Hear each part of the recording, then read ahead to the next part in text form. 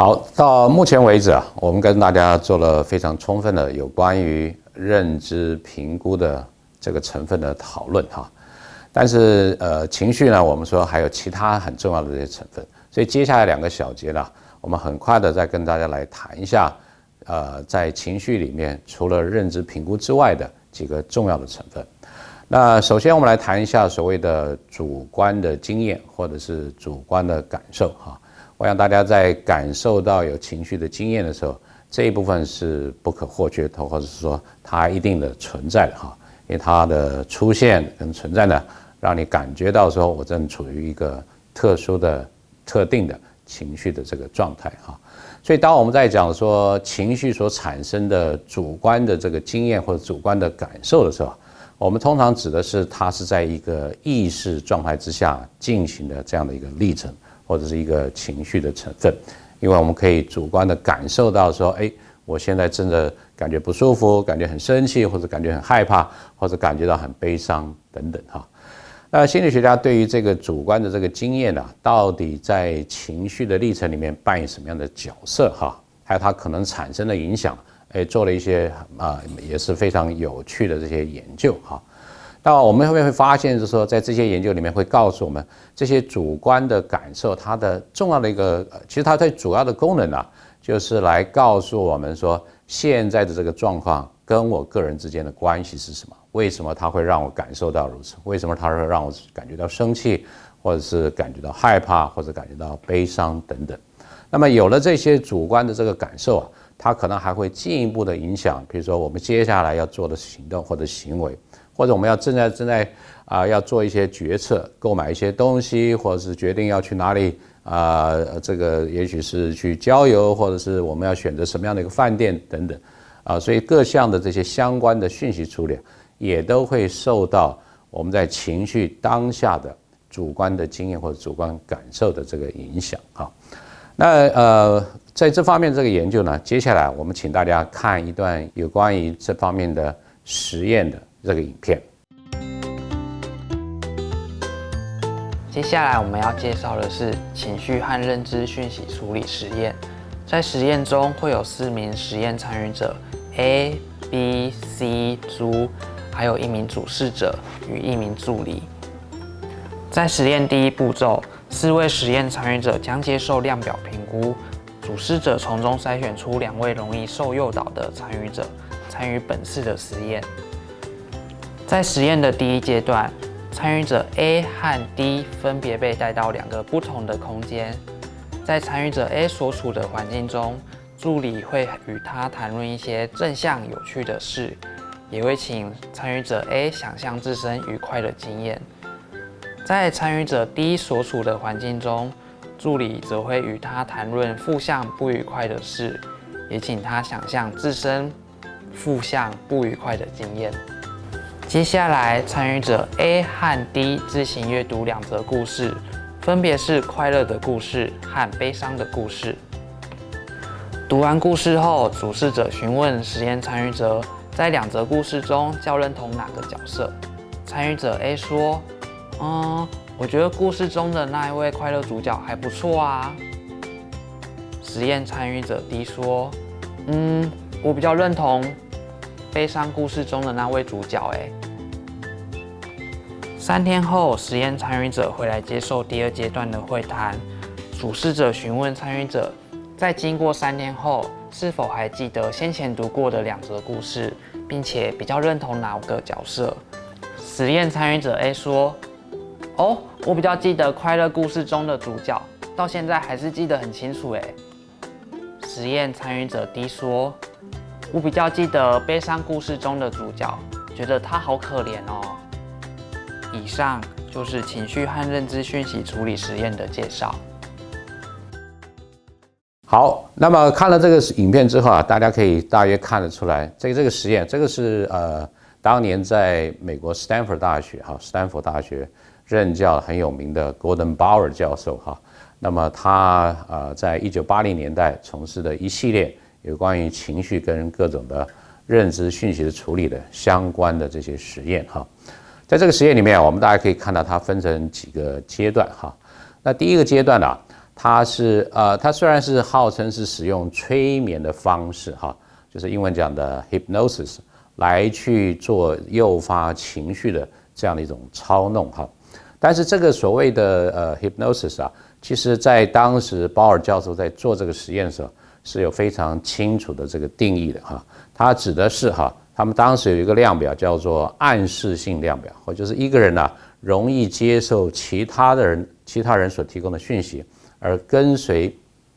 他人的这个说法或者是他人的指示的这样一种倾向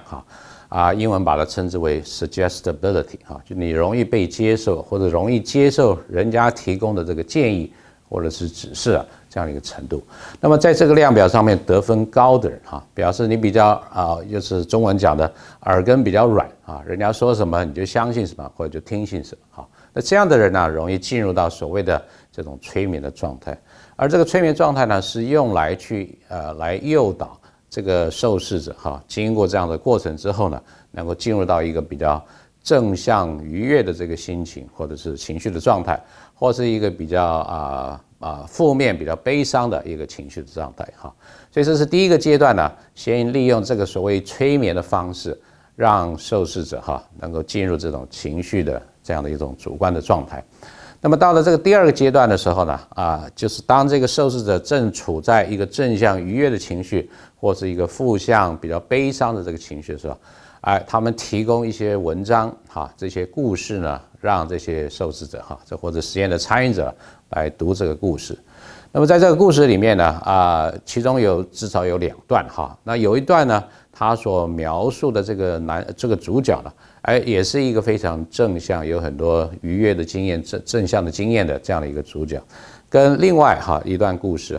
这个主角呢是有很多比较负面、不愉快这个经验那么读完了这个之后呢，他们就问这个受试者，那么你在读这2个故事的过程当中，你对于这2段故事的这个主角，你认同的程度如何？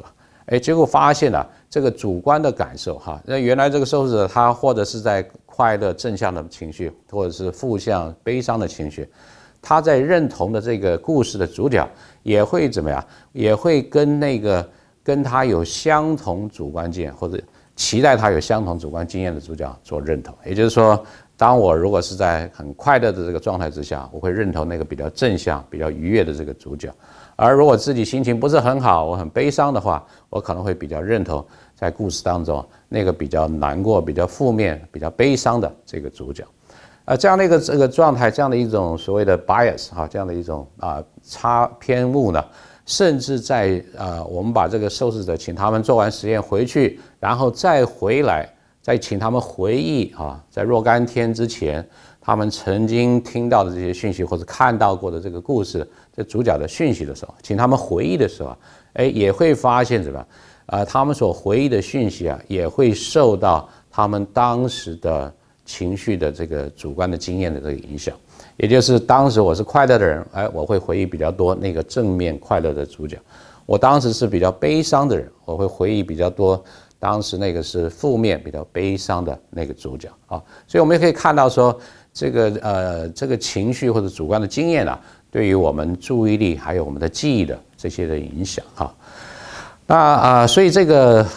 我们可以说就是说，当我们现在的这个主观的经验出现的时候它可能就会去影响我们对现代的这个状态当中是哪些事物跟我的情绪一致的这些事件以至于说我对这些事件的不管是学习也好、记忆也好，乃至于事后的回忆都会比较好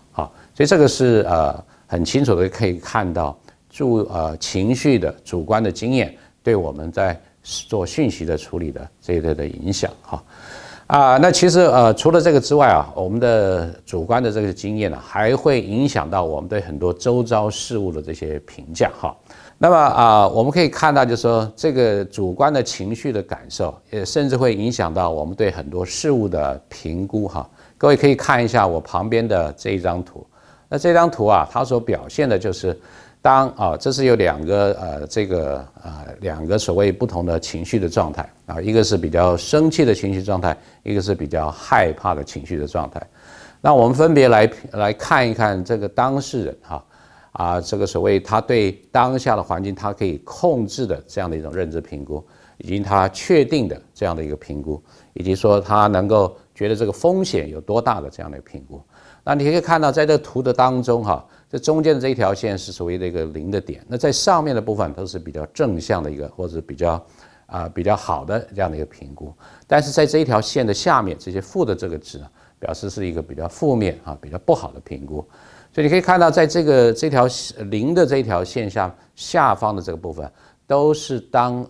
受试者或者是实验的参与者处在一种比较负面、害怕的这个情绪状态的时候，他会觉得他能够控制的程度会比较低，他对未来的这个确定度也比较低，觉得这个 risk 就是这个是所谓乐观的风险，它的乐观风险的评估也比较低。相对的来看，如果你在生气的一个状态，你反而觉得说你要控制这个状态所以你的这个认知在控制的认知评估会比较高，确定度也比较高，乃至于说对未来可以改变的这样的一种风险，你也觉得会比较高。所以这个是进一步的告诉我们说，当你有不同的主观的这个情绪的经验的时候，你对你周遭的事物的评估也会跟着这个改变。而这个改变这种认知评估的结果，其实会相当的程度呼应，对吧？呼应当初让你产生这些主观情绪、主观经验的那样的一个评估。所以我们说它会有一种螺旋式的让你持续的这样的一种效果。如果当初的这个认知的评估让你生气，然后你现在主观的也感受到生气的时候，那么这些主观的感受又会回过来影响，继续维持你当初的认知的评估。